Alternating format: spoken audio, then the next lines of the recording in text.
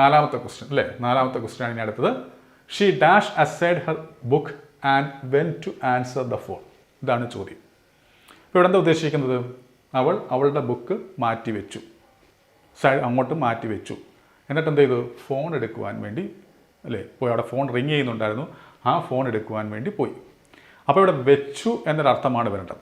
കാരണം ബുക്ക് മാറ്റി വെച്ചു, അപ്പോൾ വെച്ചു, അപ്പോൾ വെക്കുക എന്നർത്ഥം വരുന്ന സംഭവമാണ്, അല്ലെങ്കിൽ വെച്ചു എന്നൊരർത്ഥമാണ് വരേണ്ടത്. വെക്കുക എന്ന് പറയുന്ന വാക്കിൻ്റെ ഇംഗ്ലീഷ് എന്താണ്? ലേ ആണ്. എന്താണ്? ലേ. ലേ എന്ന് വെച്ച് കഴിഞ്ഞാൽ വെക്കുക എന്നർത്ഥം. അപ്പോൾ വെച്ചു എന്ന് പറയണമെങ്കിലോ ലെയ്ഡ്.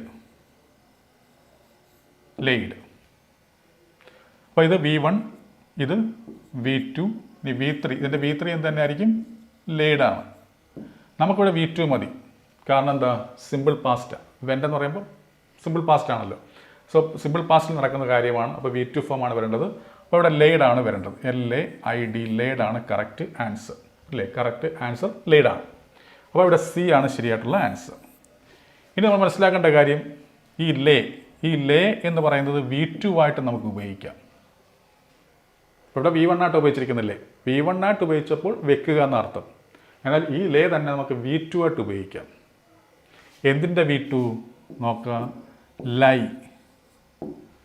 ലൈയുടെ V2 ആയിട്ട് നമുക്ക് ലേ ഉപയോഗിക്കാം. അതിൻ്റെ V3 ആയിട്ട് നമുക്ക് ലേന് ഉപയോഗിക്കാം. അപ്പോൾ ഈ ലൈയുടെ അർത്ഥം എന്തുമായിരിക്കും? ഇത്തരത്തിൽ ലേ V2 ആയി വരുന്ന ലൈയുടെ അർത്ഥം എന്തുമായിരിക്കും? കിടക്കുക എന്നർത്ഥം. അപ്പോൾ ഈ ലൈയുടെ അർത്ഥം കിടക്കുക, ഇത് കിടന്നു, അതിൻ്റെ V3 ആണ് ലൈ. ഇനി ലൈക്ക് വേറൊരു അർത്ഥമുണ്ട്. എന്ത്? കള്ളം പറയുക എന്നൊരർത്ഥമുണ്ട്. ലൈക്ക് കള്ളം പറയുക എന്നൊരർത്ഥമുണ്ട്. അങ്ങനെ വരുമ്പോൾ അതിൻ്റെ V2 എന്തുമായിരിക്കും? ലൈഡ് എന്നായിരിക്കും. V3 എന്തായിരിക്കും? ലൈഡ് എന്നായിരിക്കും. അപ്പോൾ ലൈ കള്ളം പറയുക എന്നർത്ഥമുണ്ട്, കിടക്കുക എന്നർത്ഥമുണ്ട്. കിടക്കുക എന്നർത്ഥം വരുമ്പോൾ അതിൻ്റെ V2 ലേ, V3 ലൈ. എന്നാൽ കള്ളം പറയുക എന്നർത്ഥത്തിൽ ലൈ വരുമ്പോൾ അതിൻ്റെ V2 എന്തായിരിക്കും? ലൈഡായിരിക്കും. V3 ലൈഡായിരിക്കും. ഈ പറയുന്ന ലേ V1 ആയിട്ട് വരുമ്പോൾ വെക്കുക, അതിൻ്റെ V2 ലേഡ്, V3 ലേഡ്. അപ്പോൾ ഇവിടെ വെച്ചു എന്നാണ് വരേണ്ടത്. വെച്ചു എന്ന് വരുമ്പോൾ ലേഡാണ് കറക്റ്റ് ആൻസർ.